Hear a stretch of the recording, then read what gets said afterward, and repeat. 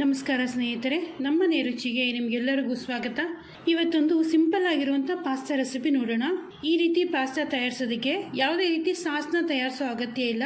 ಯಾವುದೇ ವಿಧವಾದ ಸಾಸ್ನು ಸಹ ಬಳಸೋದೇನೆ ಮನೆಯಲ್ಲೇ ಇರುವಂಥ ಬೇಸಿಕ್ ಮಸಾಲೆಗಳನ್ನು ಬಳಸಿ ದೇಸಿ ಸ್ಟೈಲ್ ಮಸಾಲ ಪಾಸ್ತಾ ತಯಾರಿಸೋದನ್ನು ನೋಡೋಣ. ಈ ರೀತಿ ಪಾಸ್ತಾ ತಯಾರಿಸೋದು ತುಂಬ ಸುಲಭ, ರುಚಿಯಾಗೂ ಇರುತ್ತೆ. ಸದಾ ಒಂದೇ ರೀತಿ ಪಾಸ್ತಾ ತಿಂದು ಬೇಸರ ಆಗಿದ್ರೆ ಈ ರೀತಿ ಪಾಸ್ತಾ ಟ್ರೈ ಮಾಡಿ ನೋಡಿ, ಚೆನ್ನಾಗಿರುತ್ತೆ. ನನ್ನ ವಿಡಿಯೋ ಮೊದಲನೇ ಬಾರಿ ನೋಡ್ತಾ ಇದ್ದರೆ ಈಗಲೇ ಸಬ್ಸ್ಕ್ರೈಬ್ ಮಾಡ್ಕೊಳ್ಳಿ. ಮುಂದಿನ ವಿಡಿಯೋನ ತಕ್ಷಣ ನೋಡೋದಕ್ಕೆ ಬೆಲ್ ಐಕಾನ್ ಕ್ಲಿಕ್ ಮಾಡ್ಕೊಳ್ಳಿ. ಅದರಲ್ಲಿ ಆಲ್ ಅನ್ನೋ ಆಪ್ಷನ್ ಸೆಲೆಕ್ಟ್ ಮಾಡೋದು ಮಾತ್ರ ಮರಿಬೇಡಿ. ದೇಸಿ ಸ್ಟೈಲ್ ಮಸಾಲ ಪಾಸ್ತಾ ತಯಾರಿಸೋದು ಹೇಗೆ, ಏನೇನು ಸಾಮಗ್ರಿ ಬೇಕು ಅಂತ ನೋಡೋಣ. ಮೊದಲು ಒಂದು ಬಾಣಲೆಗೆ 2-3 ದೊಡ್ಡ ಚಮಚ ಅಷ್ಟು ಎಣ್ಣೆ ಹಾಕ್ಕೊಳ್ಳೋಣ. ಎಣ್ಣೆ ಒಂಚೂರು ಬಿಸಿ ಆಗ್ತಾ ಇದ್ದಂಗೆ ಇದಕ್ಕೆ ಸಣ್ಣದಾಗಿ ಹಚ್ಚಿರುವಂಥ ಈರುಳ್ಳಿ ಹಾಕ್ಕೊಳ್ಳೋಣ. ನಾನಿಲ್ಲಿ 2 ದೊಡ್ಡ ಸೈಜ್ ಈರುಳ್ಳಿನ ಸಣ್ಣದಾಗಿ ಹಚ್ಚಿಟ್ಕೊಂಡಿದ್ದೆ. ಆ ಈರುಳ್ಳಿನ ಹಾಕ್ಕೊಂಡಿದ್ದೀನಿ. ಈಗ ಇದನ್ನು ಲೋ ಮೀಡಿಯಂ ಫ್ಲೇಮಲ್ಲಿ ಇಟ್ಕೊಂಡು ಸ್ವಲ್ಪ ಹೊತ್ತು ನೀಟಾಗಿ ಫ್ರೈ ಮಾಡ್ಕೊಳ್ಳೋಣ. ಈರುಳ್ಳಿ ಏನು ತುಂಬ ಕೆಂಪಾಗೋ ಅಗತ್ಯ ಇಲ್ಲ. ಇದು ಸ್ವಲ್ಪ ಕಲರ್ ಚೇಂಜ್ ಆಗಿ ಹಸಿ ವಾಸನೆ ಪೂರ್ತಿಯಾಗಿ ಹೋದರೆ ಸಾಕು. ಆ ಹದ ಆಗೋವರೆಗೂ ನೀಟಾಗಿ ಇದನ್ನು ಫ್ರೈ ಮಾಡ್ಕೊಬೇಕು. ಸುಮಾರು 3-4 ನಿಮಿಷ ಈರುಳ್ಳಿನ ಚೆನ್ನಾಗಿ ಫ್ರೈ ಮಾಡಿಕೊಂಡ್ರೆ ಈ ರೀತಿ ಟ್ರಾನ್ಸ್ಪರೆಂಟ್ ಆಗುತ್ತೆ, ಹಸಿ ವಾಸನೆ ಸಹ ಹೋಗುತ್ತೆ. ಆಗ ಇದಕ್ಕೆ 1 ದೊಡ್ಡ ಚಮಚ ಅಷ್ಟು ಶುಂಠಿ ಬೆಳ್ಳುಳ್ಳಿ ಪೇಸ್ಟ್ ಹಾಕ್ಕೊಳ್ಳೋಣ. ಹಾಗೆಯೇ 2-3 ಹಸಿರು ಮೆಣಸಿನ್ಕಾಯಿನ ಸಣ್ಣದಾಗಿ ಹಚ್ಚಿ ಹಾಕ್ಕೊಳ್ಳೋಣ. ಶುಂಠಿ ಬೆಳ್ಳುಳ್ಳಿ ಪೇಸ್ಟು ಮತ್ತು ಹಸಿರು ಮೆಣಸಿನ್ಕಾಯಿ ಹಾಕಿದ್ಮೇಲೆ ಮತ್ತೆ 1-2 ನಿಮಿಷ ಇದನ್ನು ಲೋ ಮೀಡಿಯಂ ಫ್ಲೇಮಲ್ಲೇ ಸ್ವಲ್ಪ ಫ್ರೈ ಮಾಡ್ಕೊಳ್ಳೋಣ. 1-2 ನಿಮಿಷ ಫ್ರೈ ಮಾಡ್ಕೊಂಡ್ಮೇಲೆ ಇದಕ್ಕೆ ಸಣ್ಣದಾಗಿ ಹಚ್ಚಿರುವಂಥ ಕ್ಯಾಪ್ಸಿಕಮ್ ಹಾಕ್ಕೊಳ್ಳೋಣ. ನಾನಿಲ್ಲಿ 1 ಮೀಡಿಯಂ ಸೈಜ್ ಕ್ಯಾಪ್ಸಿಕಮ್ನ ಸಣ್ಣದಾಗಿ ಹಚ್ಚಿಟ್ಕೊಂಡಿದ್ದೆ. ಆ ಕ್ಯಾಪ್ಸಿಕಮ್ನ ಹಾಕ್ಕೊಂಡಿದ್ದೀನಿ. ಕ್ಯಾಪ್ಸಿಕಮ್ ಹಾಕಿದ್ಮೇಲೆ ಮತ್ತೆ 1-2 ನಿಮಿಷ ಲೋ ಮೀಡಿಯಂ ಫ್ಲೇಮಲ್ಲಿ ಇಟ್ಕೊಂಡು ನೀಟಾಗಿ ಫ್ರೈ ಮಾಡ್ಕೊಳ್ಳೋಣ. ಕ್ಯಾಪ್ಸಿಕಮ್ ಹಾಕಿದ್ಮೇಲೆ ಅಷ್ಟೇ ತುಂಬ ಹೊತ್ತೇನು ಫ್ರೈ ಮಾಡೋ ಅಗತ್ಯ ಇಲ್ಲ. 1-2 ನಿಮಿಷ ಫ್ರೈ ಮಾಡಿದ್ರೆ ಸಾಕು. 1-2 ನಿಮಿಷ ಚೆನ್ನಾಗಿ ಫ್ರೈ ಮಾಡಿಬಿಟ್ಟು ಇದಕ್ಕೆ ಒಂದೊಂದಾಗಿ ತರಕಾರಿಗಳನ್ನು ಹಾಕ್ಕೊಳ್ಳೋಣ. ಮೊದಲನೇದಾಗಿ ಇಲ್ಲಿ ನಾನು ಅರ್ಧ ಕಪ್ಪು ಫ್ರೋಝನ್ ಗ್ರೀನ್ ಪೀಸ್ ಹಾಕ್ಕೊಂಡಿದ್ದೀನಿ. 1 ಕಪ್ಪು ಸಣ್ಣದಾಗಿ ಹಚ್ಚಿರುವಂಥ ಬೀನ್ಸ್ ಸಹ ಹಾಕ್ಕೊಳ್ಳೋಣ. 1 ಕ್ಯಾರೆಟನ್ನು ಸಿಪ್ಪೆ ತೆಗೆದು ಸಣ್ಣದಾಗಿ ಹಚ್ಚಿಟ್ಕೊಂಡಿದ್ದೆ. ಆ ಕ್ಯಾರೆಟನ್ನು ಸಹ ಹಾಕ್ಕೊಂಡಿದ್ದೀನಿ. ಇದಿಷ್ಟು ತರಕಾರಿಗಳನ್ನು ಹಾಕ್ಕೊಂಡ್ಮೇಲೆ ಮತ್ತೆ ಇದನ್ನು ಲೋ ಮೀಡಿಯಂ ಫ್ಲೇಮಲ್ಲೇ ಇಟ್ಕೊಂಡು ಸ್ವಲ್ಪ ಹೊತ್ತು ಫ್ರೈ ಮಾಡ್ಕೊಳ್ಳೋಣ. ತರಕಾರಿಗಳೆಲ್ಲವೂ ಈ ರೀತಿ ಫ್ರೈ ಮಾಡ್ತಾ ಮಾಡ್ತಾ ಅರ್ಧ ಬೇಯಬೇಕು. ಆ ಹದ ಆಗೋವರೆಗೂ ಚೆನ್ನಾಗಿ ಫ್ರೈ ಮಾಡ್ಕೊಳ್ಳೋಣ. ಈ ರೆಸಿಪಿಗೆ ನೀವು ಇಷ್ಟವಾದ ತರಕಾರಿಗಳನ್ನು ಬಳಸ್ಕೋಬೋದು. ನೀವು ಇನ್ನೂ ಇದಕ್ಕೆ ಸ್ವೀಟ್ ಕಾರ್ನ್ ಹಾಕ್ಕೋಬೋದು ಅಥವಾ ಬೇಬಿ ಕಾರ್ನ್ ಬೇಕಾದ್ರೂ ಬಳಸ್ಕೋಬೋದು. ತರಕಾರಿಗಳೆಲ್ಲವನ್ನು ಹಾಕ್ಕೊಂಡ್ಮೇಲೆ 1-2-3 ನಿಮಿಷ ಚೆನ್ನಾಗಿ ಫ್ರೈ ಮಾಡ್ಕೊಂಡಿದ್ದೀನಿ. ತರಕಾರಿ ಎಲ್ಲ ಅರ್ಧ ಬೆಂದಿದೆ. ಈಗ ಇದಕ್ಕೆ ಒಂದೊಂದಾಗಿ ಪುಡಿಗಳನ್ನು ಹಾಕ್ಕೊಳ್ಳೋಣ. ಮೊದಲನೇದಾಗಿ ಅರ್ಧ ಚಿಕ್ಕ ಚಮಚ ಅರಿಶಿನ, 1 ದೊಡ್ಡ ಚಮಚ ಕಾಶ್ಮೀರಿ ರೆಡ್ ಚಿಲ್ಲಿ ಪೌಡರು, 1 ದೊಡ್ಡ ಚಮಚ ಧನಿಯಾ ಪುಡಿ, ಅರ್ಧ ಚಿಕ್ಕ ಚಮಚ ಜೀರಿಗೆ ಪುಡಿ. ಜೀರಿಗೆ ಇದು ಹುರಿದಿರೋವಂಥ ಪುಡಿ ಅಲ್ಲ, ಜೀರಿಗೆನೇ ಹಾಗೆ ಪುಡಿ ಮಾಡಿ ಹಾಕಿರೋದು. ಹಾಗೆಯೇ 1 ಚಿಕ್ಕ ಚಮಚ ಗರಂ ಮಸಾಲ ಹಾಕ್ಕೊಳ್ಳೋಣ. ಜೊತೆಗೆ 1 ದೊಡ್ಡ ಚಮಚ ಪಾವ್ ಭಾಜಿ ಮಸಾಲ ಹಾಕ್ಕೊಳ್ಳೋಣ. ಇದು ಟೋಟಲಿ ಆಪ್ಷನಲ್ಲು, ಬೇಕಾದರೆ ಹಾಕೋಬೋದು. ಹಾಕಿದ್ರೆ ಒಂದು ಎಕ್ಸ್ಟ್ರಾ ಟೇಸ್ಟ್ ಬರುತ್ತೆ. ಜೊತೆಗೆ ರುಚಿಗೆ ತಕ್ಕಷ್ಟು ಉಪ್ಪು, 1 ಚಿಕ್ಕ ಚಮಚ ಸಕ್ಕರೆನೂ ಸಹ ಹಾಕ್ಕೊಳ್ಳೋಣ. ನಾನಿಲ್ಲಿ 1 ಚಿಕ್ಕ ಚಮಚ ಅಷ್ಟು ಉಪ್ಪು ಹಾಕ್ಕೊಂಡಿದ್ದೀನಿ.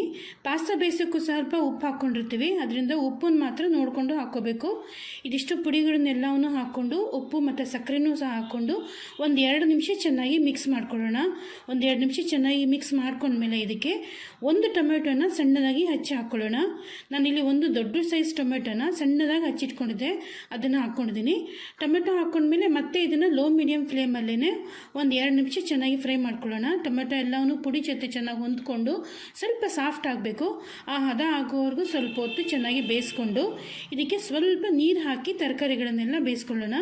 ನಾನಿಲ್ಲಿ ಸುಮಾರು ಒಂದು ಅರ್ಧ ಕಪ್ಪಷ್ಟು ನೀರು ಹಾಕ್ಕೊಂಡಿದ್ದೀನಿ. ಅರ್ಧ ಕಪ್ ನೀರು ಹಾಕ್ಬಿಟ್ಟು ಒಂದ್ಸಲ ಚೆನ್ನಾಗಿ ಕಲಿಸ್ಕೊಳ್ಳೋಣ. ನೀರು ಹಾಕ್ಕೊಂಡು ಒಂದ್ಸಲ ಎಲ್ಲವನ್ನು ಚೆನ್ನಾಗಿ ಕಲಿಸ್ಕೊಂಡ್ಮೇಲೆ ಒಂದು ಮುಚ್ಚಿಟ್ಬಿಟ್ಟು 2 ನಿಮಿಷ ಇದನ್ನು ಲೋ ಮೀಡಿಯಂ ಫ್ಲೇಮಲ್ಲಿ ಬೇಯಿಸ್ಕೊಳ್ಳೋಣ. ತರಕಾರಿಗಳೆಲ್ಲವೂ ಬೇಯಬೇಕು. ತರಕಾರಿಗಳಿಗೂ ಸಹ ಉಪ್ಪು ಮತ್ತು ಮಸಾಲೆ ಎಲ್ಲವೂ ಹತ್ತಬೇಕು. ಆ ರೀತಿ 1-2 ನಿಮಿಷ ಚೆನ್ನಾಗಿ ಬೇಯಿಸ್ಕೊಂಡು ಮುಚ್ಚಳ ತೆಗೆದು ಒಂದ್ಸಲ ಚೆನ್ನಾಗಿ ಕೆದಕೊಳ್ಳೋಣ. ನಾನಿಲ್ಲಿ ಈ ಮಸಾಲೆ ತಯಾರಿಸ್ತಾ ಸೈಡಲ್ಲಿ ಪಾಸ್ತಾನು ಸಹ ಬೇಯಿಸ್ಕೊತಾ ಇದ್ದೀನಿ. ಪಾಸ್ತಾನು ಈ ಮಸಾಲೆ ತಯಾರಾಗೋದ್ರೊಳಗಡೆ ಚೆನ್ನಾಗಿ ಬೆಂದಿರುತ್ತೆ. ನೋಡಿ, ತರಕಾರಿ ಎಲ್ಲವೂ ಚೆನ್ನಾಗಿ ಬೆಂದಿದೆ, ಸಾಫ್ಟ್ ಆಗಿದೆ. ಈಗ ಇದಕ್ಕೆ ಟೊಮೆಟೊ ಪ್ಯೂರಿ ಹಾಕ್ಕೊಳ್ಳೋಣ. ನಾನಿಲ್ಲಿ 3 ಟೊಮೆಟೊನ ನೀರಲ್ಲೇ ಬೇಯಿಸಿ ಪ್ಯೂರಿ ಮಾಡಿ ಇಟ್ಕೊಂಡಿದ್ದೆ. ಆ ಟೊಮೆಟೊ ಪ್ಯೂರಿನ ಹಾಕ್ಕೊಂಡಿದ್ದೀನಿ. ಟೊಮೆಟೊ ಪ್ಯೂರಿ ಹಾಕ್ಕೊಂಡು ಒಂದ್ಸಲ ಚೆನ್ನಾಗಿ ಕಲಿಸ್ಕೊಳ್ಳೋಣ.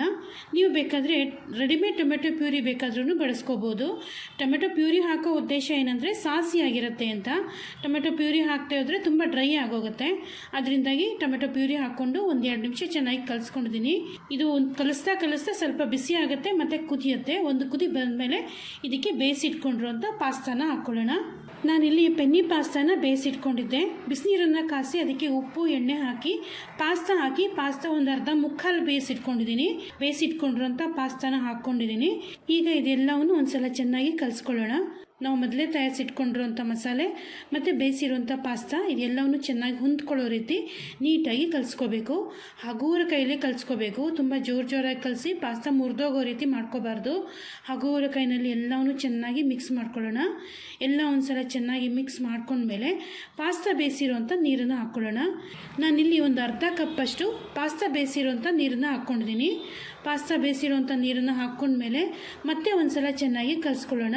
ಒಂದ್ಸಲ ಎಲ್ಲವನ್ನು ಚೆನ್ನಾಗಿ ಕಲಿಸ್ಕೊಂಡು ಮುಚ್ಚಿಟ್ಬಿಟ್ಟು ಸಣ್ಣ ಉರಿನಲ್ಲಿ 2 ನಿಮಿಷ ಬೇಯಿಸ್ಕೊಳ್ಳೋಣ. ಪಾಸ್ತಾಗೆ ನಾವು ಯಾವುದೇ ರೀತಿ ಮಸಾಲೆ ಏನು ಹಾಕಿಲ್ಲದೆ ಇರೋದ್ರಿಂದ ಮುಚ್ಚಿಟ್ಟು ಪಾಸ್ತಾಗೂ ಸ್ವಲ್ಪ ಮಸಾಲೆ ಉಪ್ಪು ಎಲ್ಲವನ್ನು ಹತ್ತೋ ರೀತಿ ಬೇಯಿಸ್ಕೋಬೇಕು. ಮುಚ್ಚಿಟ್ಟು 2 ನಿಮಿಷ ಪಾಸ್ತಾ ಬೇಯಿಸ್ಕೊಂಡ್ರೆ ನೋಡಿ ಈ ರೀತಿ ಬಿಸಿ ಬಿಸಿ ಆಗಿರುವಂಥ ಪಾಸ್ತಾ ತಯಾರಾಗಿರುತ್ತೆ. ಇದಕ್ಕೆ ಯಾವುದೇ ಕಾರಣಕ್ಕೂ ಬೇರೆ ಏನು ಸಾಸ್ ಆಗಲಿ ಬೇರೆ ಏನು ಕೆಚಪ್ ಆಗಲಿ ಬಳಸೋಕೆ ಹೋಗಬೇಡಿ, ಟೇಸ್ಟ್ ಕೆಟ್ಟೋಗುತ್ತೆ. ಇದಕ್ಕೆ ನಾವು ಎಲ್ಲ ಇಂಡಿಯನ್ ಮಸಾಲೆ ಹಾಕಿರೋದ್ರಿಂದ ಇದೇ ಒಂದು ವಿಶೇಷ ಟೇಸ್ಟ್ ಬರುತ್ತೆ. ಕೆಚಪ್ ಆಗಲಿ ಟೊಮೆಟೊ ಸಾಸ್ ಆಗಲಿ ಇಂಥದ್ದನ್ನು ಹಾಕ್ಕೊಂಡ್ಬಿಟ್ರೆ ಟೇಸ್ಟ್ ಖಂಡಿತವಾಗ್ಲೂ ವ್ಯತ್ಯಾಸ ಆಗೋಗುತ್ತೆ.